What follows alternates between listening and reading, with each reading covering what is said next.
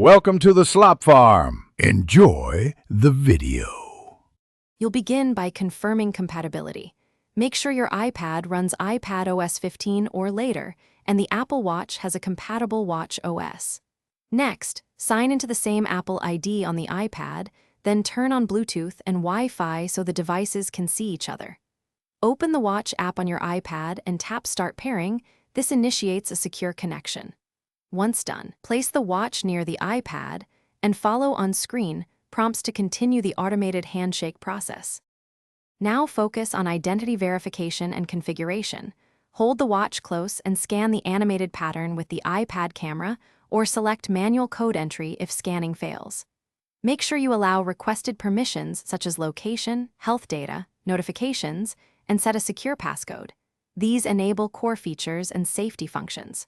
Also decide whether to restore from an existing backup or set the watch up as new.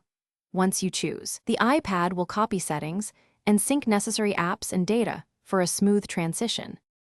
Finish by letting the iPad complete the sync. You'll see progress and then the watch face and apps appear, confirming success.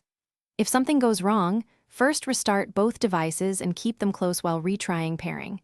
Transient Bluetooth or Wi-Fi glitches are common. If issues persist, reset the iPad's network settings or unpair the watch and start over.